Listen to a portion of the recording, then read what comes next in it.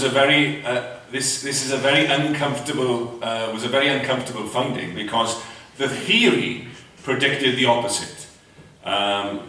You've heard probably the term economies of scale, and indeed Paul Krugman won a Nobel Prize for his theory, which predicted increasing returns to scale. Basically, big should be better. But the facts proved the theory was wrong, so they had to change the theory.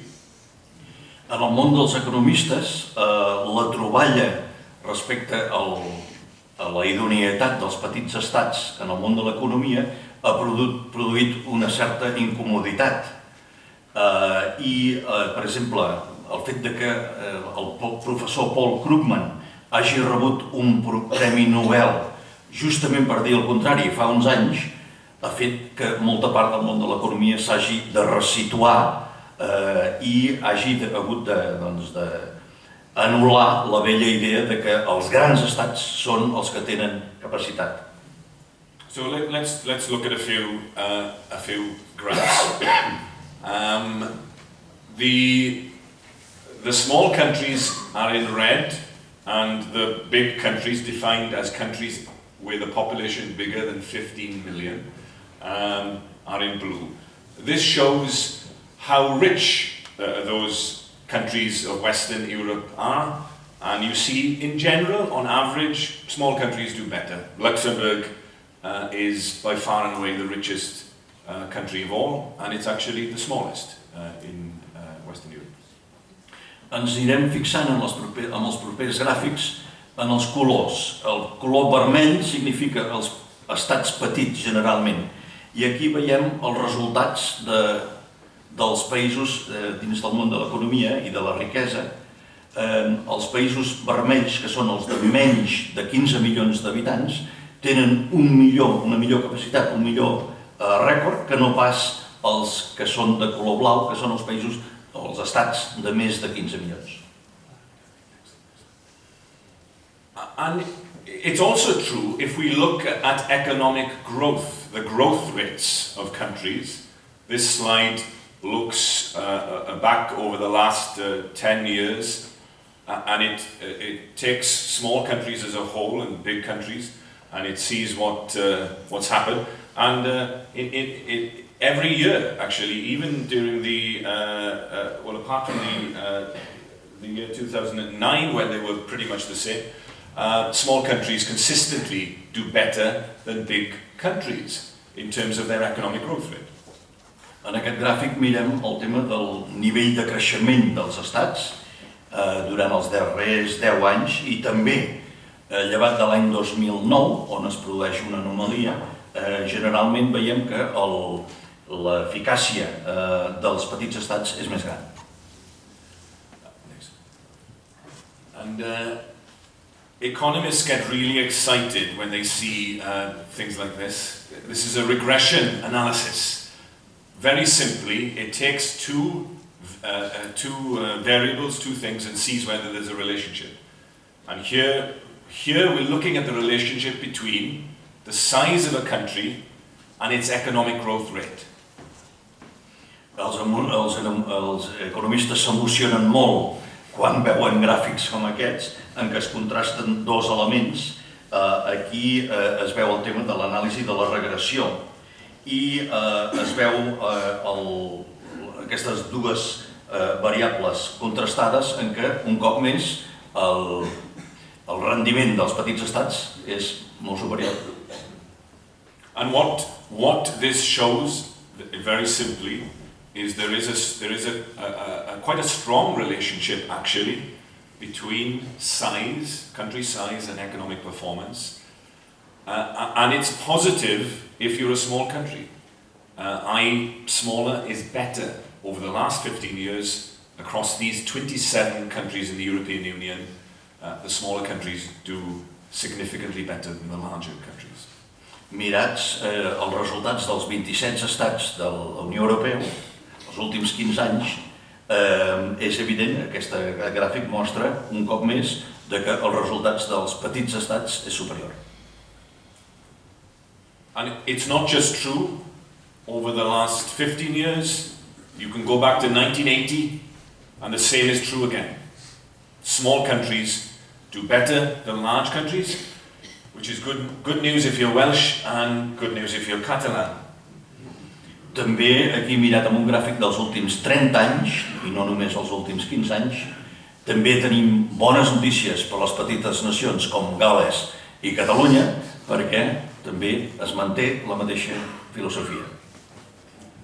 It is true that small countries, their economies are more volatile. They tend to go up and down more than the larger countries because they are more exposed to international trade. La veritat, també hem de dir tota la veritat, i també és cert que els petits estats són més volàtils perquè es poden veure sotmesos a moviments diferents dins dels moviments mundials del comerç. But the good news is, actually, the more volatile you are, then over the long run, the faster you grow. It seems to have some beneficial effect in terms of economic growth rates. So it's actually good news. Però, de fet, no deixa de ser una bona notícia també, aquesta volatilitat, la qual permet també als països petits de tenir un creixement més ràpid un cop superat, doncs, el mal moment.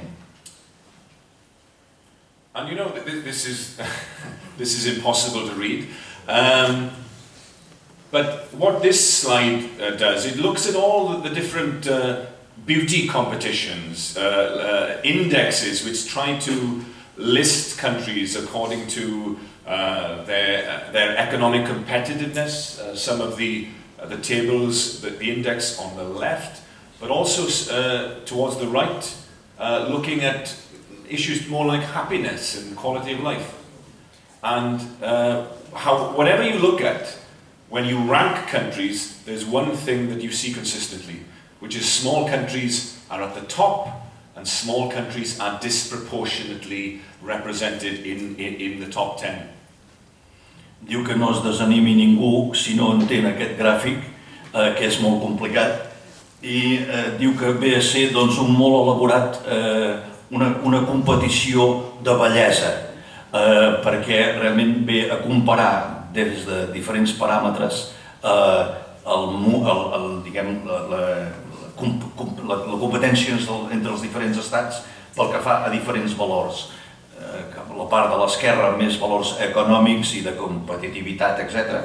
I fins i tot més a la part de la dreta del gràfic, comparant, per exemple, el nivell d'alegria que existeix en els diferents països, on per cert sembla que Costa Rica té molt bon paper. So the Icelanders are the most innovative, the Swiss the most competitive, and the Costa Ricans are the happiest people in the world. There's no sexy index, but I'm sure a small country would be the top of that if there were one. Diu que, tal com es veu, Islàndia destaca pel que fa a la innovació, diferents països petits, sempre petits, destaquen per diferents coses, i que no està present aquí el tema de la competència sexual, però que si fos segur que un país petit guanyaria. So let's sum up the argument with the next slide. Being small works. There seems to be some secret sauce to being a small, independent country. Bé, doncs, per anar resumint amb el tema, sembla que hi ha una fórmula màgica que ens porta al fet de que els petits estats surten sempre al davant. And I think that Kim already touched upon this. There are three reasons, I think, why small countries do better. The first one is small countries are natural trading nations. Because they can't depend upon a large domestic economy. They have to sell their goods and services to the world. And because of that, they become very good at it. Abans el Quim ha fet un petit resum de les 3 raons que porten a aquesta significativa avantatge de les petites nacions. El primer sent el tema de la natural tendència al comerç de les petites nacions, perquè com que no tenen un gran mercat interior, han d'abocar-se al comerç exterior. What this slide tried but failed maybe to show was that small countries are much more open than larger countries in terms of their economic trade. The only exception is Germany, which is a big country which acts as if it's a small country and is very much driven by exports. But it's the exception that proves the rule.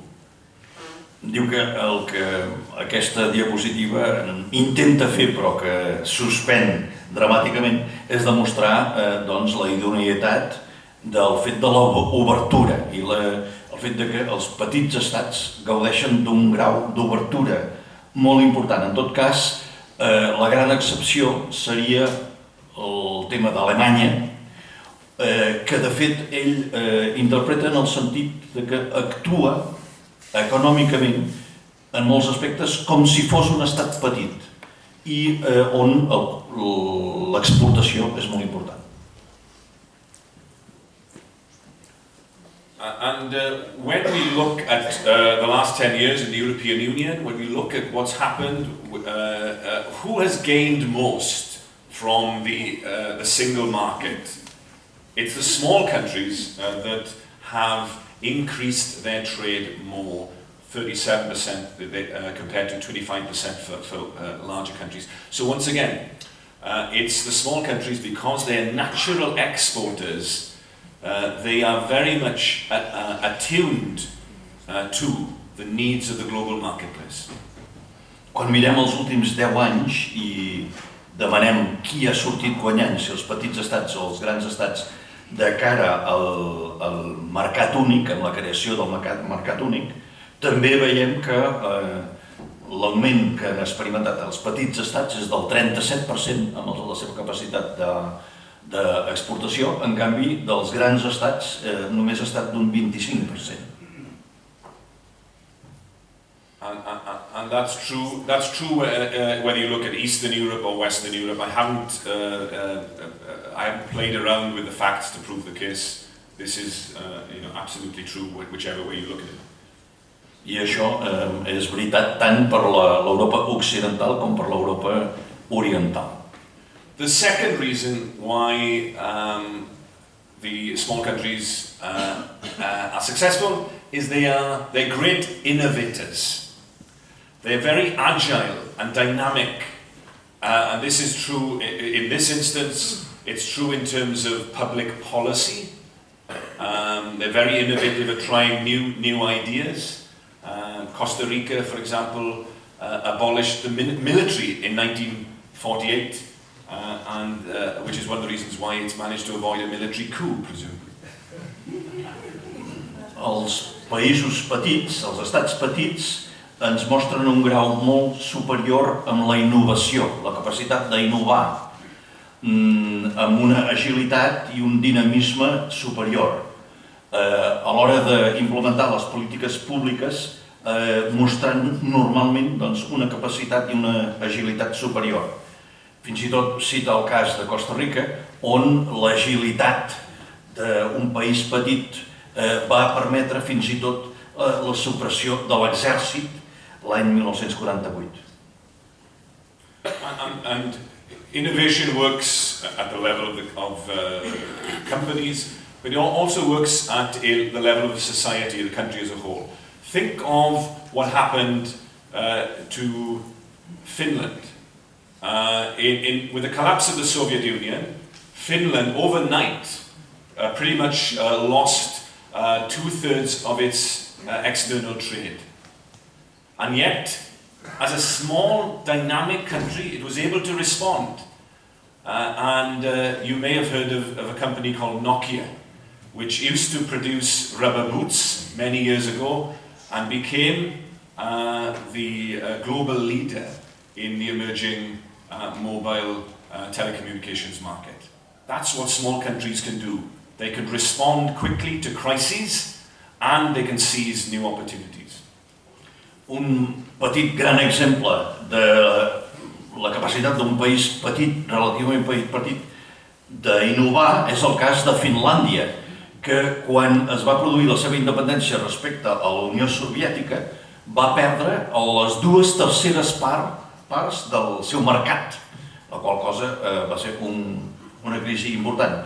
I una petita empresa de fabricació de botes de goma, Nokia, va aprofitar la seva oportunitat per convertir-se en un gegant mundial de les telecomunicacions i dels mòbils. And the third reason why small countries do well is they're very socially cohesive as societies. There is a sense of togetherness within the country. There's a sense of solidarity. There is a common sense, which means that the country as a whole, when it needs to change direction, can do so quickly and in a united way. El tercer avantatge de les petits estats és que es mostren molt més cohesionats socialment, tenen una unitat interna, una solidaritat interna, un sentit comú que els permet canviar de rumb molt ràpidament davant d'una situació de canvi. The small country is the catamaran, which when the storm clears can change direction. The larger country is the supertanker that is very, very difficult. Once it is set on a course, takes a generation maybe to change its direction economically, socially and politically. Podríem fer la comparació entre la capacitat de canvi de rumb d'un veler i la incapacitat de canvi de rumb d'un gran transatlàntic o d'un petroler que ho té molt més difícil per canviar de rumb o fins i tot per aturar-se. It's not that small countries never make mistakes. Of course they do. We're human beings as well. But as small countries, we have to learn from our mistakes. Will the people of Iceland ever make the mistake that their political leaders made again in the same way? I don't think so. Large countries make mistakes and they repeat them again and again and again. Els països petits també cometen errors, no diré que no, perquè són humans, però tenen molta més capacitat d'aprendre dels seus errors. Mirem el cas d'Islàndia, on en molt poc temps es va permetre, davant de la ruïna, un canvi de rumb importantíssim. En canvi, mirant la història, els grans estats es cauen repetidament en els mateixos errors sense capacitat de reacció. And this isn't a pet theory of mine. A guy called Peter Katzenstein wrote a book in the 1980s called Small States about particularly the history of Austria and Switzerland and some of the Nordic countries, where he talks about the way in which within a small country collective memory is institutionalized so that lessons from crises are captured and passed on from generation to generation.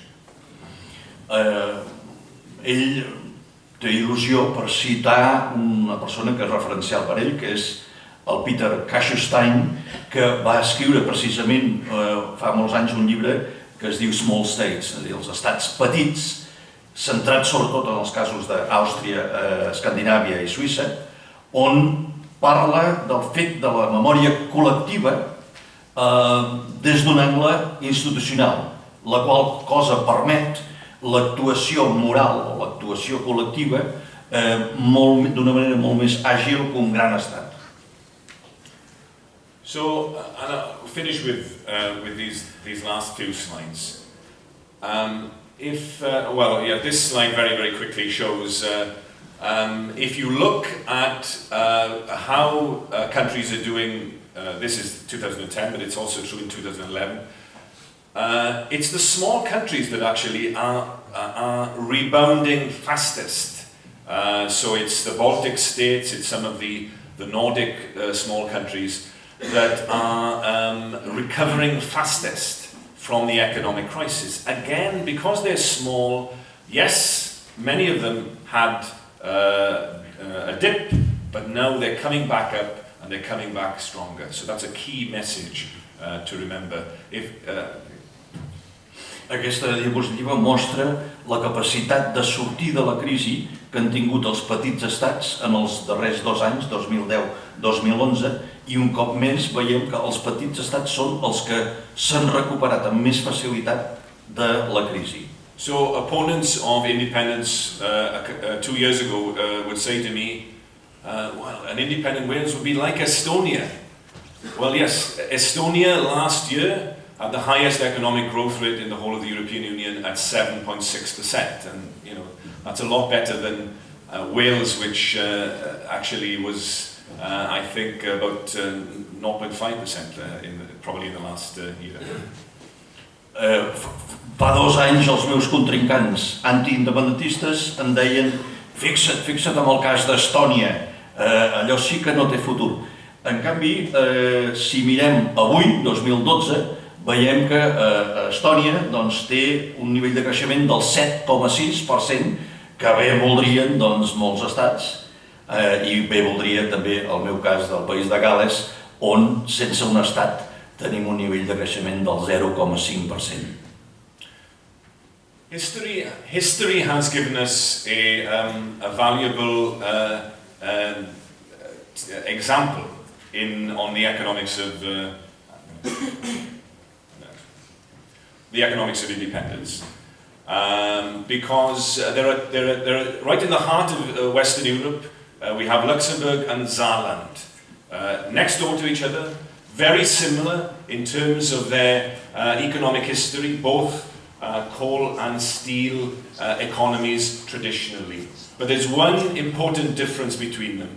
One is an independent state, the other one is a region within a larger state. And what we see actually is the result of that. The Saarland is the poorest part of the former West Germany, whereas Luxembourg is the richest country in the European Union. La història ens dona grans exemples per veure la saviesa dels petits estats. Quan comparem dues regions d'Europa com són Luxemburg i el Saar, un land petit a l'antiga Alemanya de l'Oest. Si comparem aquests dos estats, aquests dos territoris, tots tenen una història molt comuna, tots dos van ser molt afectades per les guerres, tenen una economia basada en el carbó i l'acer, i en canvi veiem que avui la diferència econòmica entre un i l'altre, un sent una regió d'Alemanya, el Saar, i l'altre un estat independent, Luxemburg, és un contrast total, perquè Luxemburg és l'estat més ric d'Europa i el Saar és el land més pobre d'Alemanya de l'Oest. And that to me is absolutely critical to understand, because the Saarland, many people won't know this, but the Saarland had the option of becoming an independent state. They had a referendum in 1956. If they had voted yes, Saarbrücken would have become the capital of the then European coal and steel community, not Brussels. And they voted, unfortunately, they voted no by a margin of 2-1. I think the economic history of the Saarland would have been very different if they had independence, because Luxembourg, when it saw the decline, the future decline of the coal and steel industry, because it was an independent country, because it had the levers of power, because it had control over its own resources, it was able to reinvent itself. It was able to create a new path, which in its case has been enormously, phenomenally successful, not because Luxembourgers are any more intelligent, any smarter, or any more sexy than the people of the Saarland, but it's because they were independent, and that independence gave them the platform by which they were able to change their path. La història ha estat especialment cruel amb el Saar, on l'any 56 van tenir una ocasió de fer-se estat independent i amb un referèndum van votar per un ratió de 2 contra 1 en contra de la independència, la qual cosa no els va, històricament, deixar en un bon lloc per poder maniobrar davant de la gran crisi de l'acer i el carbó que venia pocs anys després, mentre que Luxemburg sí que va poder maniobrar, sí que va poder-se reinventar. And I started with an apology, so I'll end with a confession. I would still believe in independence, even if none of this was true. Because for me, I believe that it's a question of dignity. And that I, as a human being, cannot be truly myself. I cannot live as a self-actualized person if my country is not free.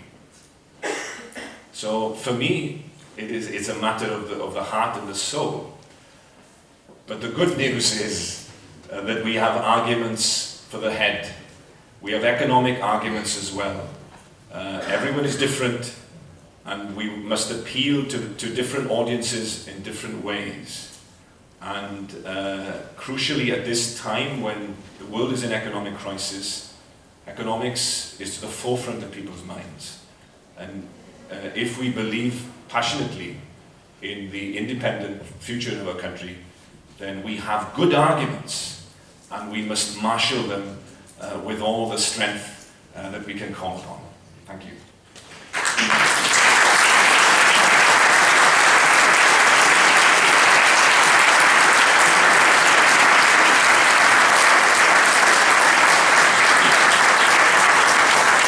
L'Adam, abans de passar a les preguntes, diu que vol acabar la seva intervenció amb una confessió, havent començat amb una disculpa, en el sentit de que si res d'això que ha explicat fos veritat, continuaria sent un independentista del seu país. Perquè el principal per ell és la dignitat, el poder ser ell mateix, i això només li dona la idea i la realització d'un país de Gal·les independent. L'economia és importantíssim per donar arguments, però allò bàsic és la passió per la llibertat del meu país.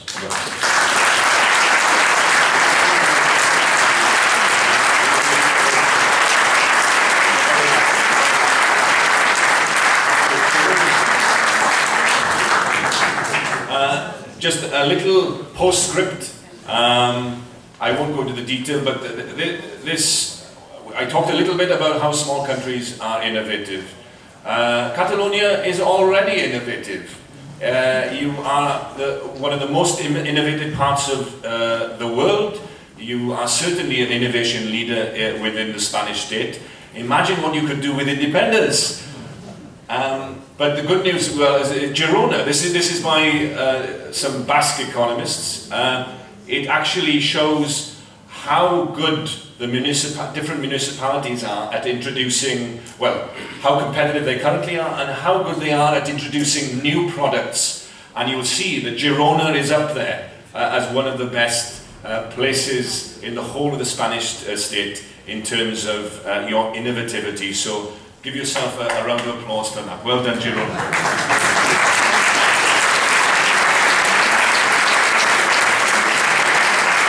Volia afegir un petit postdata en el sentit de dir que des del punt de vista de la innovació, uns economistes bascos van crear aquest gràfic en què demostra que Girona és una de les ciutats més innovadores de l'Estat ell diu que si Girona ja és tan innovadora sense la independència, imagineu-vos amb la independència com en arribarà de ser.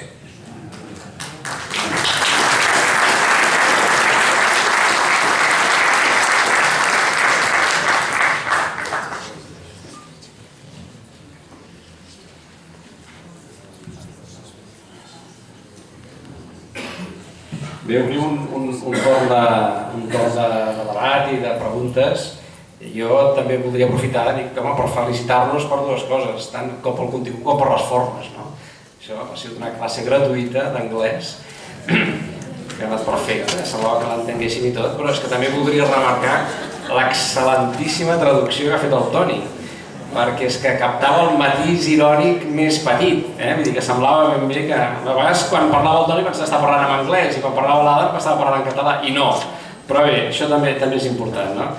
Jo penso que aquest punt central del debat, de guanyar els arguments, em sembla que aquesta és la idea important, no?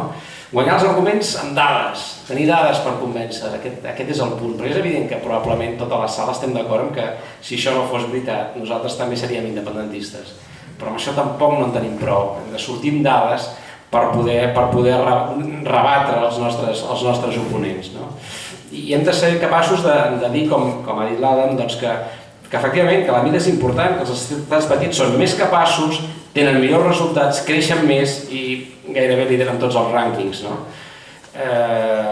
No volia afegir res més, però dotar-nos d'aquest corpus de dades, ara l'independentisme em sembla que és un tema importantíssim. I sense més, si algú vol fer alguna pregunta... Sí? Aquí hi ha una pregunta primera, una altra aquí i una altra allà. I encara una quarta. Sisplau. Allà? No. Sí, comencem per allà al final, després ho veuré. La formulo primer en català i després l'intento formular una mica en anglès. La meva pregunta seria, tot això que ens ha dit està molt bé, és molt interessant, però ens ho ha dit persones independentistes. Quin consell ens donaria als catalans per fer arribar aquesta informació a les persones de Catalunya, que són o bé de parla castellana o que venen a ser independentistes catalans, com els hi podem fer arribar amb ells? Perquè si ens dediquem a fer debats entre nosaltres, que ja estem convençuts, no avançarem molt. Llavors, què proposa, quins serien els mecanismes per fer una conferència com aquesta o semblant a aquesta, com arribar a la gent que són els que han d'arribar, precisament, que són els que no estan convençuts. So, I will try to translate. My English is not so good, but I apologize. But what I'm trying to say is that in Catalonia there are independent people, but there are a lot of them that they are not independent, and a lot of them speak Spanish, so the language is important. But my question, the point is how we can do to give that information or this information to all of the people who don't speak Catalan or who are not involved in independence, how we can arrive to their minds or their hearts maybe or their pockets, how we can do it. Great question, and it's something that we think about a lot, constantly in Wales. We've just, in my party, Plaid Cymru, we've just yesterday elected a new leader, very good friend of mine, our first woman in the 87 years to lead the party, and she, I think, is very committed to this question of how we can get our message across. You know, there's a tendency sometimes, because we get frustrated, we sometimes blame the people. You know, they don't understand us. You know, the problem is ours. We must try harder. We are not communicating well enough, so we have to constantly think about how we can connect, and we have to do it. I think you're right. I think you have to connect differently with different audiences, because what you must ask is what matters to them. So for some people it will be economics, You know, that's the way they see the world. For other people, it may be the language. You know, for other people, you know, it may be about Catalonia taking its place in the world. There are different messages for different audiences. But the question is, work out what matters to them, because that's the key, not what matters to you, if you're trying to persuade them of your case. Ràpidament. Diu que és una gran pregunta. Diu que ell, en el seu partit, que és el Plaid Cymru, el principal partit nacionalista del país de Gal·les, dediquen moltes hores precisament en pensar en això, i ell està molt content, bé, no ho he dit però ho diré jo, perquè ahir doncs, hi va haver una renovació del lideratge del Plaid Cymru, i que per primera vegada en 87 anys una dona ha passat al davant de dirigir el seu partit, i ell està molt content perquè és una persona que és molt conscient precisament d'aquest tipus de problema, és una persona que connecta i que comunica bé i que és molt conscient de la necessitat de fer diferents discursos, de diferents missatges i de pensar a cada públic que el missatge va dirigit, i que per tant ell pensa que en el seu partit aquest és un tema que ha quedat força resolt precisament en les últimes hores.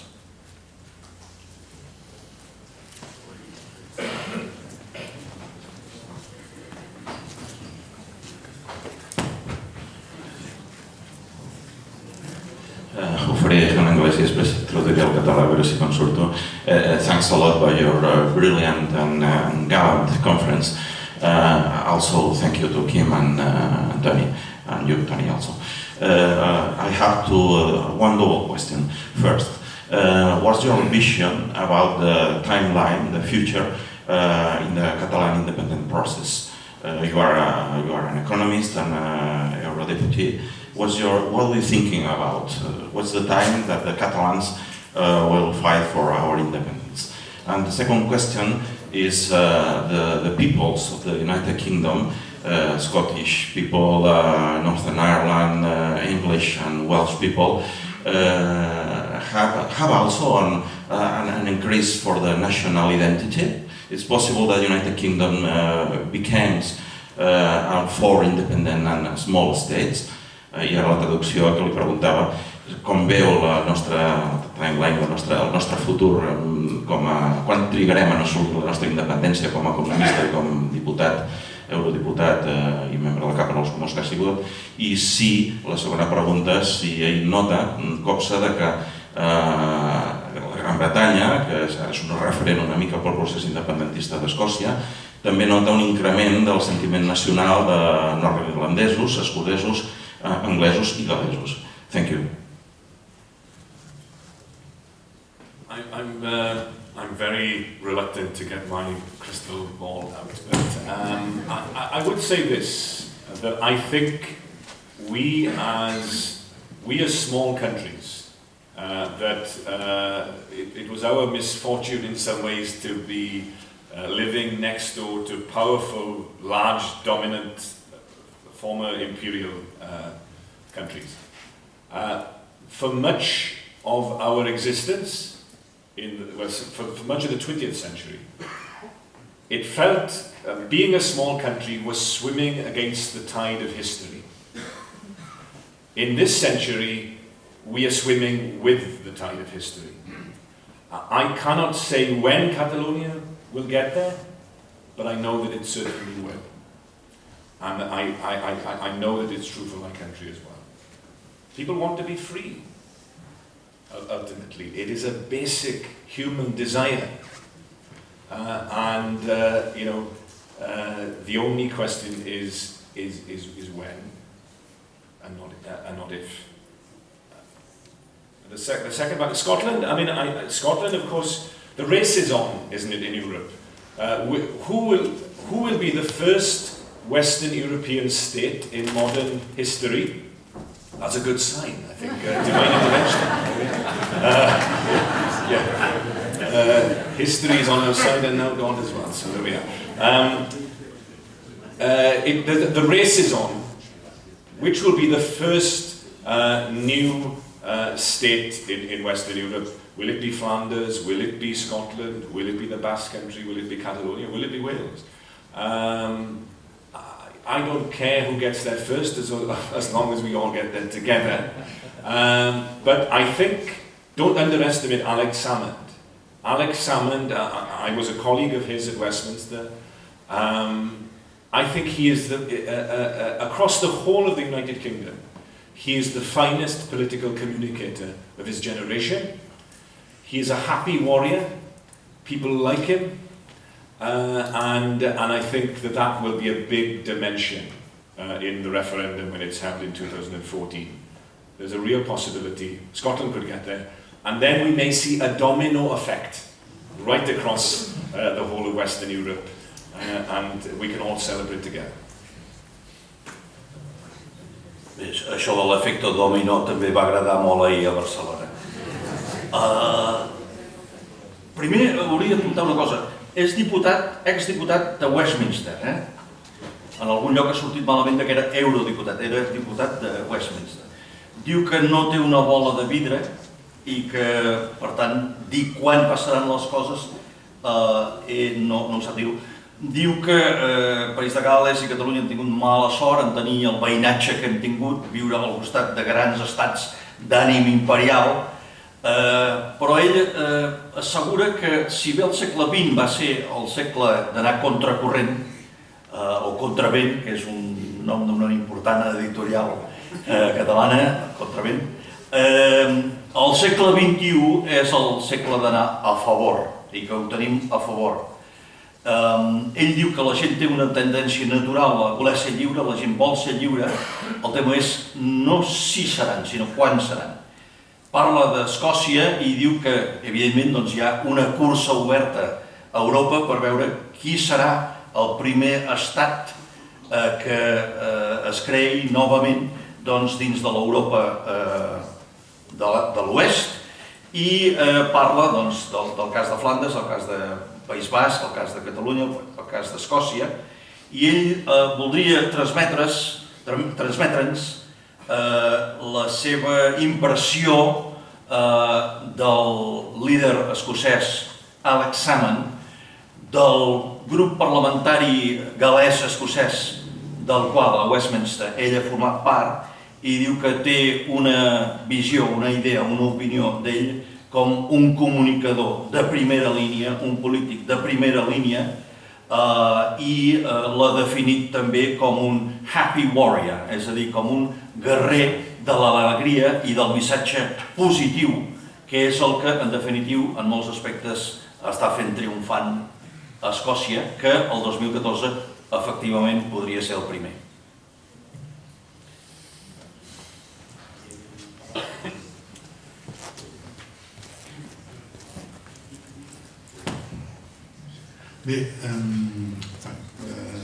First in English.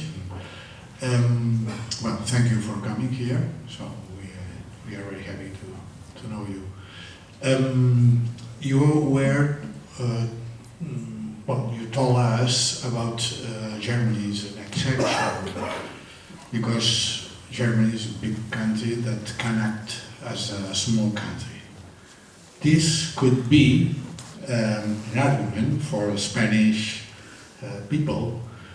What's the difference? Or can we have reasons to think that it's not the same situation in Spain and in Germany?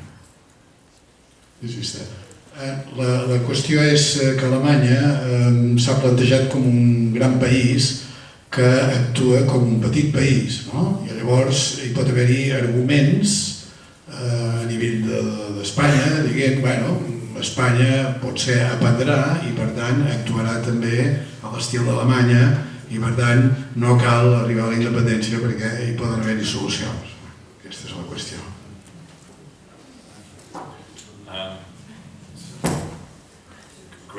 Great question.